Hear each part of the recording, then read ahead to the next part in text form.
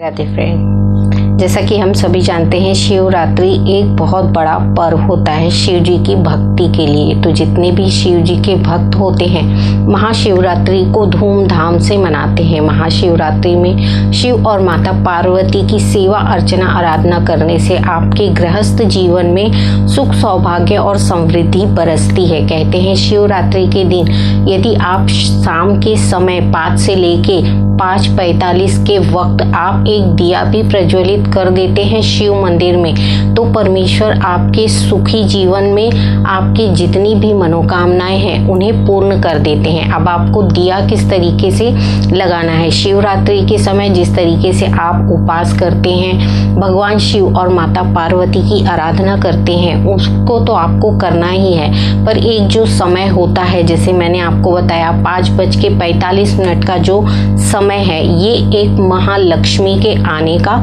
समय होता है। इस समय पे जाके यदि आप शिवालय में एक दिया प्रज्वलित कर सकते हैं, जैसे हमने तिल का दिया ले लेना है और उसमें 2 बत्ती लगा लेना है। 2 बत्ती लगाते हुए उस दिए को आपको ले जाके शिवालय में यानी शिव मंदिर में आपको इस दिए को लगा देना है। जब आप इस दिए को लगा देंगे तो आपको किस दिशा की तरफ लगाना है ताकि आपके घर में सुख सौभाग्य और माता धन लक्ष्मी की कृपा बन सके, तो आपको इसका मुख जो है उत्तर दिशा के तरफ कर देना है। शिवरात्रि में भगवान शिव की जितनी भी प्रिय वस्तुएं हैं इनका आपको चढ़ावा चढ़ाना है। जैसे बेलपत्र चढ़ाना है, धतूरा चढ़ाना है, इनको भांग चढ़ाइए। इनके जो कहते हैं ना कि भस्म इनको बहुत ही प्रिय होती है, तो शिव जी के लिए भस्म जरूर अर्पण करें।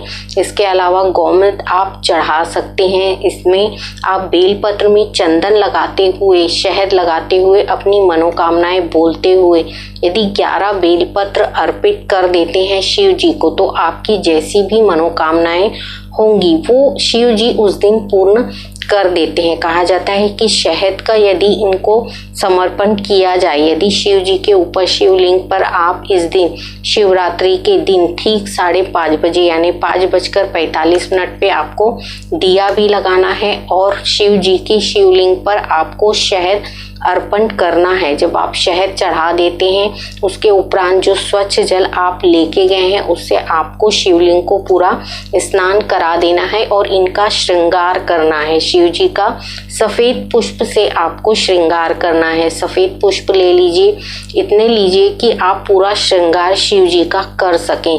आपकी श्रद्धा और भक्ति है तो आप इनके लिए प्रसाद यानी भोग में खीर का भोग लगा के इन्हें प्रसन्न करिए। शिवरात्रि के दिन आप इन प्रक्रियाओं को करके शिव जी को प्रसन्न करते हैं। माता पार्वती की सेवा अर्चना कर सकते हैं, इन्हें श्रृंगार चढ़ा सकते हैं।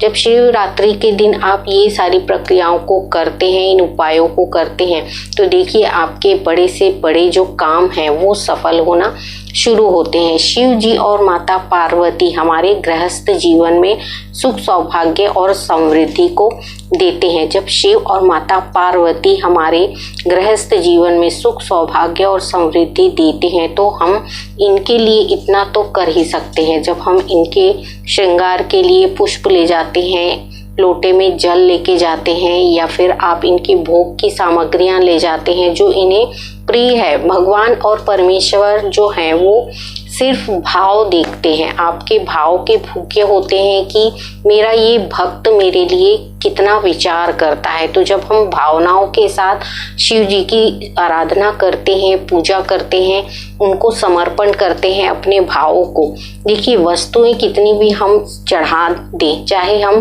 पूरे विश्व में मिलने वाली सभी चीजों को लाके शिव को समर्पण कर दें, पर इससे होगा क्या, होना क्या है, ये सारी वस्तुएं तो शिव की स्वयं ही है। तो हम जो जिस भाव से उनके लिए लेके जा रहे हैं इन सामग्रियों को, वो भाव मेन होते हैं। तो हम जो भी श्रृंगार कर रहे हैं, इनको चढ़ावा चढ़ा रहे हैं शिवरात्रि में, तो आपको स्वच्छ और पवित्र मन से आपके इनका श्रृंगार करना है। जो भी अपनी मनोकामनाएं हैं वो बोलना है। तो जो समय मैंने आपको बताया है कि शिवालय में जाके आपको शाम के समय जो संध्या काल होता है, जो कहते हैं एक धन लक्ष्मी के आने का समय होता है, ठीक 5:30 बजे आप जाइए और शिवालय में जाके एक 2 बत्ती का दिया जलाइए। शिवरात्रि के दिन इनको भोग लगाइए, इनका श्रृंगार करिए और शिव जी से अपने मन की इच्छाओं को प्रकट करिए। यदि आप शिव चालीसा का पाठ कर सकते हैं तो आपको शिव चालीसा का पाठ कर लेना है। इनके मंत्र का जो ओम नमः शिवाय जो मंत्र अचूक मंत्र है, इसका उपाय जो है, हम यदि एक माला कर लेते हैं शिव जी के शिवालय में बैठ के और अपनी मनोकामनाओं को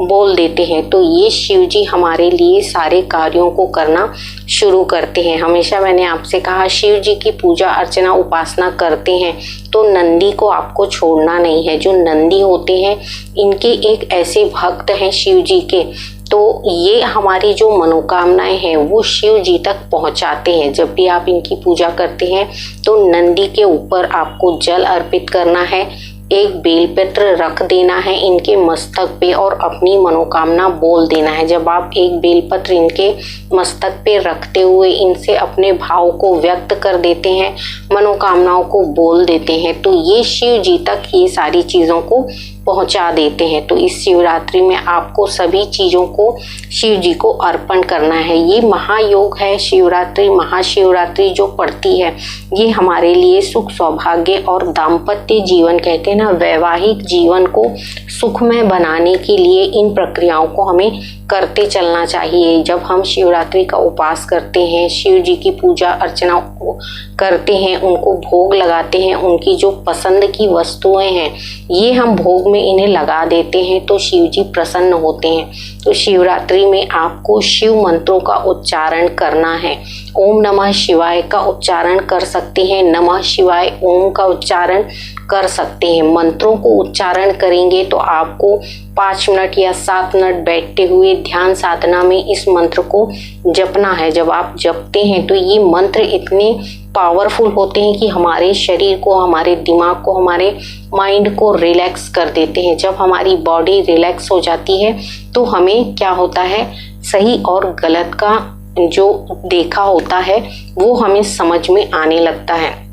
जब कोई भी प्रक्रियाएं हम कर रहे हैं, यदि हम अलग रास्ते पे जा रहे हैं और जीवन अलग रास्ते पे चला जा रहा है, दिमाग कहीं और जा रहा है, शरीर कहीं और चलता है, तो हमें इसे बैलेंस किस तरीके से करना चाहिए। शिव मंत्रों के उच्चारण से हमारा शरीर जो है बैलेंस होता है। तो इस शिवरात्रि आप शिव जी के पसंदीदा सभी चीज़ों को अर्पित करिए। देखिए आपकी मनोकामनाएं बहुत जल्द परमेश्वर पूरी करेंगे। तो शिवरात्रि में इन सारी चीज़ों को चढ़ाइए, भोग लगाइए, अलग अलग प्रकार से उनको प्रसन्न करने की चेष्टा करिए। देखिए इस शिवरात्रि में आपको परमेश्वर शुभ फल जो है वो प्रदान करेंगे। तो अगले वीडियो में फिर मैं मिलूंगी, तब तक के लिए राधे राधे।